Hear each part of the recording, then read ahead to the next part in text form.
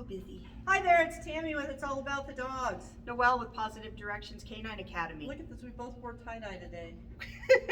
We didn't plan that. We did not plan that. Awesome. Hey, Tammy, what you gonna wear? Whatever. Oh, so funny. So, what are we talking about today? We've had some questions. We've had some questions. So one of them was, does dog breed affect your dog's behavior? And I thought that was kind of a cool question. So dogs are dogs before they're anything, and then they're a breed. Mm-hmm. And yes, dogs are affected by their breeds. For example,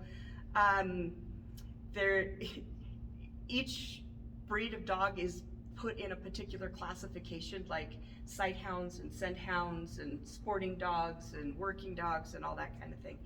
And what the dog was originally bred for, that purpose, is going to affect how your dog perceives their environment, their home life, How they learn. how they retain information.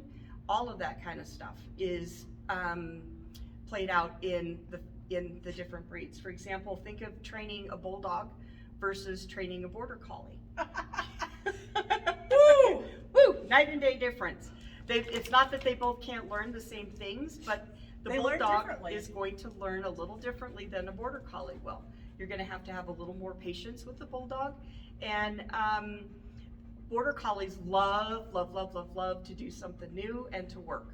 They've got to be busy all the time. Got to have a job, Got and if to you be. don't give them a job, they're going to come up with the job. Bulldogs, on the other hand, are just Hold down the totally couch. happily to lay down on the couch or spread eagle on a cold floor and just lay there, and they're totally fine with that, and most people are okay with it. They are if they get that breed. So Mhm. that goes back to another video that we did a while back. Know your breed. Know your breed. Know what Absolutely. you're getting before you get it. If you plan on going on hikes and camping and things like that, don't get a bulldog. Exactly. Get a lab or something. Right? Yep. And some of these dogs are centuries old, so that's a lot of years being bred for a specific purpose, and then Mhm. being told that either they can't use it or they can, and yeah. And things are going to be different now. Yeah. Uh-huh. Well, and like your breed is how old? Corgis. Corgis go back to the 10th century. Yeah. So it's quite an old breed.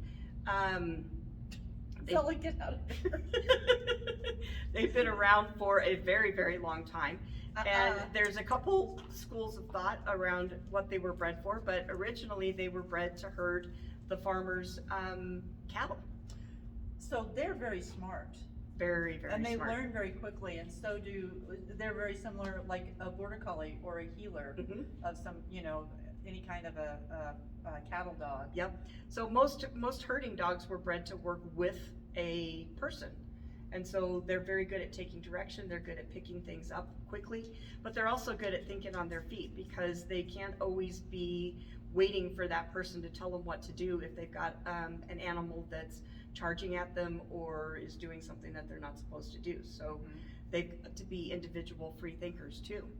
Well, and I was told several years ago by another trainer somewhere else that setters aren't stupid, because a lot of people have the idea that, especially the Irish setters are not very smart. But she said it's not that setters aren't smart; they just learn differently. Because as hunting dogs, they're very independent. Because they're sent out, especially the setter breeds, not necessarily The retrieving breeds are different. they are The ones that, golden retrievers, Labradors, those dogs are different than setters. than for setters, sure. because setters are bred to work away from the human, and they tell the human what's going on, not the other way around. Exactly. Which is why she excels at scent work Mhm. over, say obedience, which that's a whole other story. But that's a very good example. I just went to a dog show. Uh-huh. We all did. Yep. And I had her entered in Rally Obedience, and my friend Ashley, whom you've seen in some of our videos, with her black lab Rachel, also was entered in the same events that Zella was entered in. Rachel has had some special training, that's a whole nother story, but Rachel did a lot better than Zella did for a number of reasons, and that being one. Labrador retrievers are with their person, they're not typically out hunting on their own. No, they're not. And they love to be told what to do. Setters are kind of like, well, Screw you. if it looks like fun I might do it. and there's a purpose, then maybe I'll do Yes. it. But it Yeah. really depends on the mood. It kind of does. Yeah. Yeah. So there's a huge difference, even though they're both classified as sporting dogs. Exactly. And just go ahead and try to train an Afghan hound. Yeah, they're ranked the lowest out of all of the AKC breeds as far as smarts go, but that doesn't mean that they're not smart. What it means is that they don't take to learning the same way that other breeds do. They have a different set of values. Exactly. They truly do, and each dog breed does affect that. You know, so Yeah. we've seen that, especially in our video about dogs playing with each other. You just don't know. Whatever the breed is, they kind of make up their own games. They do. They think differently and they act differently. They do. She doesn't know what to do with the Corgis. She runs around and chases them when they're playing games, but she doesn't. It's kind of a weird interaction. Get out of that. She's shopping, by the way. She's going around looking for treats and anything else that might be laying out there. Which is using her nose, which is kind of what that breed does. So. Yeah. So, yes, your breed is definitely going to affect how your dog learns. Some dogs are going to pick things up really fast. Other dogs may take a couple repetitions before they get it. Some dogs retain the information longer. Some dogs don't, depending on how often you practice.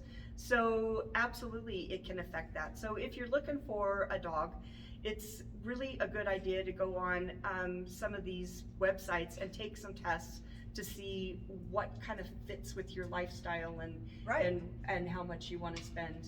Well, and if you've already got a dog and you don't know what to do with it because it's not learning the way that you think it should be, you probably need to call Noelle or a trainer in your area and find out what you need to do to make things work with that dog. Absolutely.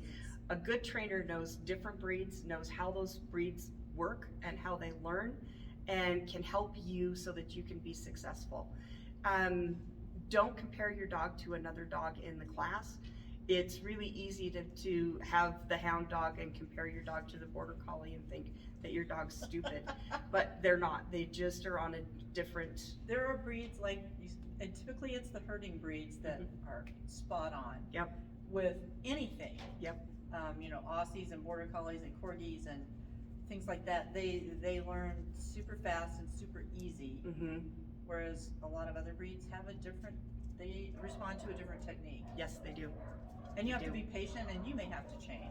You may. You've already got one of those breeds. Yes, you may have to adapt and realize that you've got something different on the end of your string. And wasn't what you thought when you got it. Wasn't what you thought it was going to be, but love the dog for what they can give you, and train according to how your dog learns and how they retain information, and you will be much happier for it. Absolutely. Stay tuned. Like our video and subscribe to our channel, and we'll see you next time. Awesome. Have a good one.